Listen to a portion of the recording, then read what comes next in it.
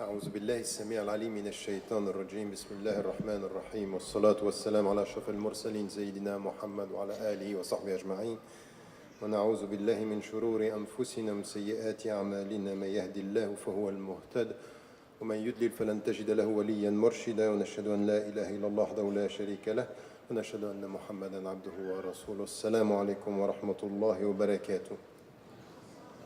Thank you so much for inviting me this evening to this conference. I was impressed arriving, getting so many people and in such a well-organized event. So thank you once again for that. The topic, and as we have not much time to deal with the whole perspective when it comes to extremism and the necessity for unity in our community as Muslims and as brothers and sisters in Islam. Let me just say a few things when it comes to the way we have to deal with this dimension. Because very often what we hear today, and especially not only in the West, but around the world now, is that Muslims in general, we have a problem with extremism, and very often extremism is connected to us, fundamentalism, and our religion as Muslims. Now, we have to be quite clear on something which is, of course, there are ideologies and there are people, you know, we heard just Ken Livingstone speaking about some of the intellectuals that are now creating a new enemy and saying, in the coming future, what we'll have is to face Muslims and Islam, and there will be a clash of civilizations. And within the Western civilization, what we have also is people who are nurturing that. And that's for sure a reality. We have ideologies and we have trends. We have populists. We have the Tea Parties in the States. We have political parties here in the UK, around Europe. There is something which is called Islamophobia, and it's true that extremism is the way, and violent religion is the way Islam is portrayed today. Now, let us come to our understanding, and sometimes what we have to do is to have normative definitions when it comes to that. Normative definitions of what could be in our mind extremism and what we have to do within. Because it's true that people are using this against the Muslims, but it's true that some Muslims today have a problem in the way they understand their religion. And I would just, because I don't have much time, just try to define extremism in three ways. And say this is from us, from within, as Muslims, the reality that we have to deal with and that we have to be clear about it. Let me tell you something just before this as an introduction, because just before coming, I was following the news and what is said in the States and in Europe about the death of Ariel Sharon. And we have people today claiming that they are Democrats and they are yesterday celebrating Nelson Mandela, his values and struggle, that today are, and this is complete hypocrisy. This guy should have been in the penal court, International Penal Court, for crimes against humanity. This is not, we can't, this is an extremist. This is a true extremist. No, I have a fatwa. A personal fatwa is just when I'm talking, I don't like clapping. So take it as a fatwa, and as I'm saying, it's not a religious fatwa. It's an intellectual fatwa. Listen to talks as if you were reading books, and you don't clap when you like an idea, when you read books. So I'm saying this because I see people today celebrating the memory of this guy and say, what's that? What is happening? And the people are telling us democracy, moderation, and you pay tribute to someone who did what he did, and he was completely involved in Sabra and Shatila. Not only that, killing civilians. accepting torture, summary executions. So we have to be clear on who are the extremists, and not only as Muslims to be on the defensive and say, okay, you are apologizing and we want to please the people. No, sometimes we have to be clear when we are facing Zionism and the way they are dealing with people and what was done in the name of this state. We have to be clear. There is something which is called state terrorism, and there is something which is called extremism when we are dealing with people like that. Let us be clear on that. Now we come to ourselves. And I would say three things. I want to define three types of extremism, and we have to deal with that. The first thing is a kind of the arrogant mind. As Muslims, we know that one of the names of Allah is Al-Haq, the truth. And what is clear for us is that we belong to the truth, but truth does not belong to us. So no one has the right as a human being to speak in God's name and to say, this is it because I know it, I am with God. No. You say what you say, and then at the end you add, Wallahu a'lam, Wallahu ahkam, Wallahu a'la. Meaning that I'm doing what I can with my knowledge, so I don't have the truth, I have an opinion, I'm trying to get close to the truth, but I'm not speaking in God's name, judging the people and deciding now who is going to go to hell and who is going to go to paradise. You know why? Because no one knows here if he or she is going to paradise. Just come and tell me, I'm going. You can't. So when we are dealing with opinions, the extremists sometimes have an arrogant mind, and they speak as Muslims as if they knew, as if they have the final word, the final understanding, because they are so knowledgeable or because they think Islam is the truth, so I am with the truth, so I'm right. No, Islam is the truth, you are with the truth, but you can be wrong. So extremism is to look at the world in this arrogant state of mind, mindset, which is not acceptable from an Islamic viewpoint. That even the Prophet ﷺ was challenged was by companions coming to him saying, is this a revelation or is this your opinion? If this is the revelation, we don't talk. But if this is your opinion, we have a say. We have something to share. We have something to add because you are a human being when it comes to you, the worldly affairs. So this is the first thing which is important in our understanding, and we have to be careful because some of our brothers and sisters, sometimes in the way they deal with Islam, it's as if there is no room for other perspective. No, your understanding, it's maybe just an interpretation. There are things that are qat'i, when we say praying is praying, that al-aqidah, these are things that are important, that there is only one God is not disputable. Now, many things in our life have to do with interpretation. So the arrogant mind is one dimension. The second is also something which is problematic, is the dogmatic mind. And the dogmatic mind is not only to speak, or it's not to speak in God's name as if you know the truth, is to look at the things only from one angle. Meaning, from where I'm looking at the situation, I have the final word. So this is a dogmatic mind. The dogmatic mind is always binary. Binary means I'm right, so you are wrong. So my viewpoint is the right one. And as a Muslim, or when I am in the situation, and be careful, these are not ignorant people. You can be very sophisticated and still dogmatic. Because the way you look at things with your knowledge, once again, is not in God's name, is as a human being, but you look at things only from your perspective. You don't have different angles. So from where you see things, it could be right, but there are other angles, other viewpoints that could be right. So the dogmatic mind is a binary mind. I'm right, of course, from where I look at things.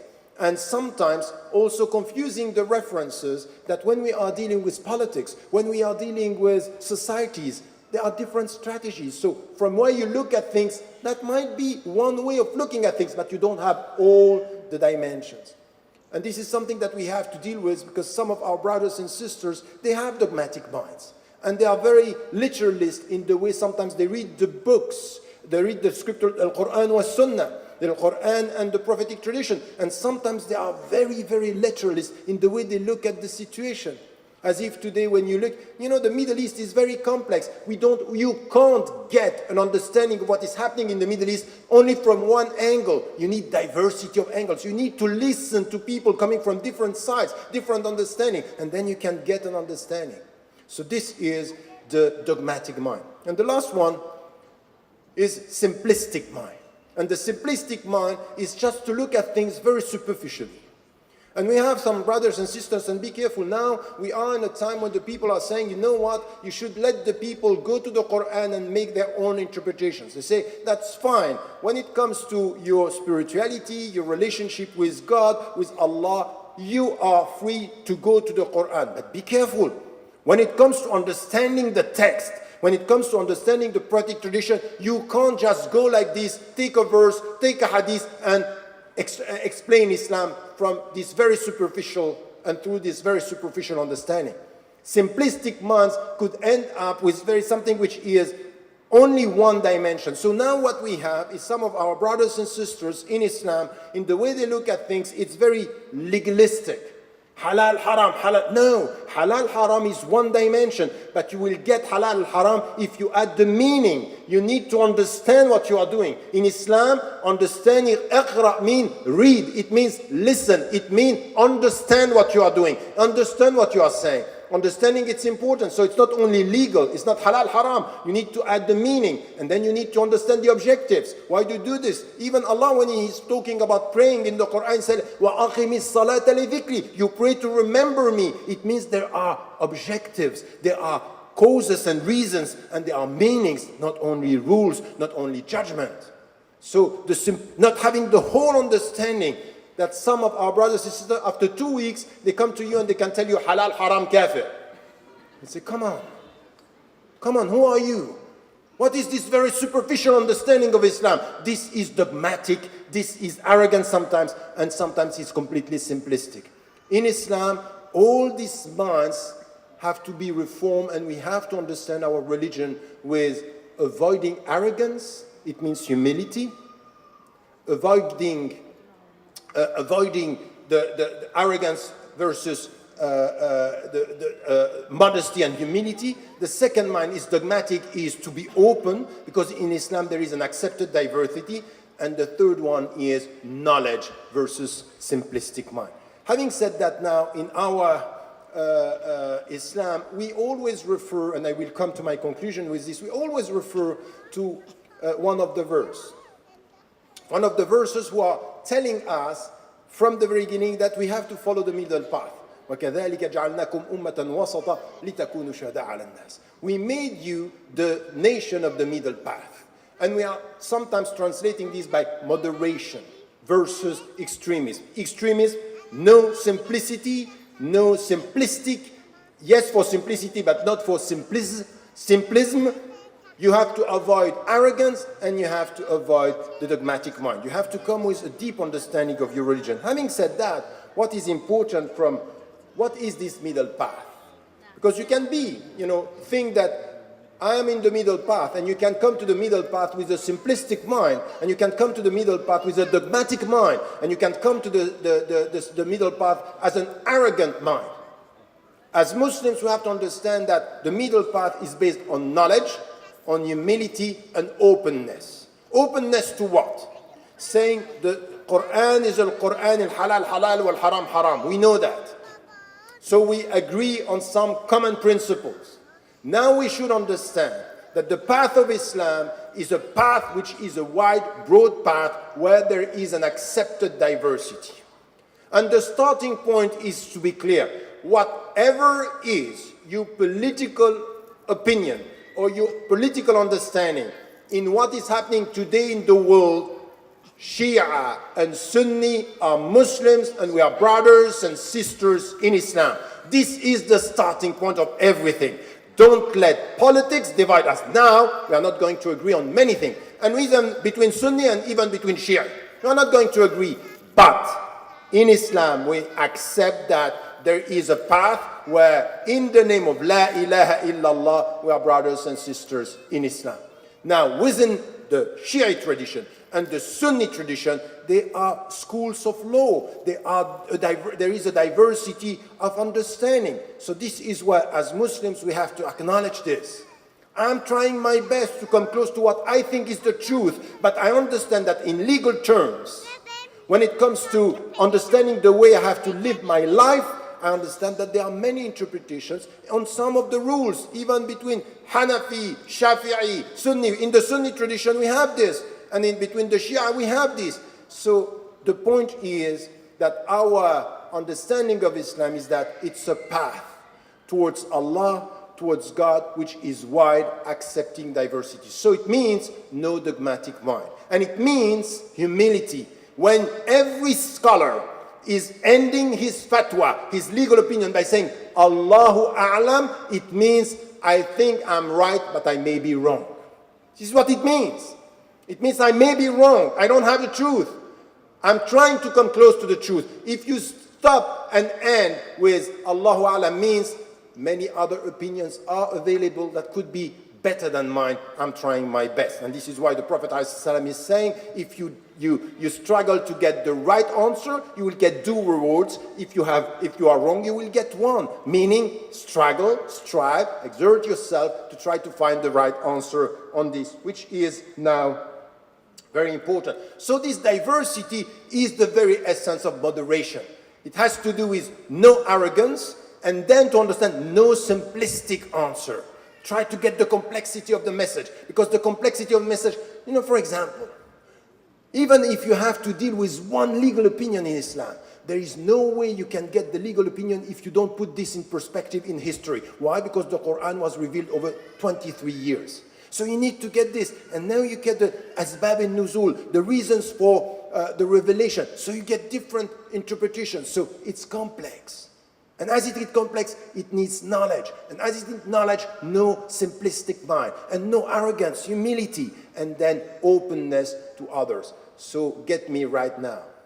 Unity in Islam will be always against trying to get uniformity. Unity is not uniformity. Unity and the strength of unity is accepting diversity and being respectful towards other opinions.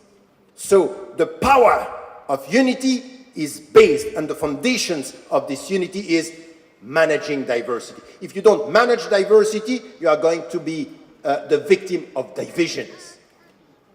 Divisions is a non-managed diversity. In Islam, we have this managed diversity. We need to deal with that. And it means that we have to educate ourselves. In fact, the power of unity is based on, why Ibrahim alayhi salam was an ummah. Meaning you have to reconcile yourself with yourself. And this reconciliation with yourself is all based on a spiritual struggle. And the spiritual struggle is, I'm trying my best, is to manage. The problem is the ego. When you have a strong ego, it's very difficult to listen to others. So the first dimension is manage your ego, control your ego, master your ego. Imsik alayka lisanak, check your tongue, be careful with what you say. And this struggle towards humility is the starting point of managing diversity and getting strong unity. Managing diversity, getting strong unity. And the last 2 things that I wanted to say here is that even with our principles, we have to be clear in our principles, but we should not confuse principles and models in history. We have strategies, and we may have religious diversity when it comes to the way we implement the rules. We can have political diversity in the way we understand the world, even in what is happening now in the world. I know that I don't agree with many of you here on what is happening in the Middle East, but it doesn't mean that we are not brothers and sisters in Islam first.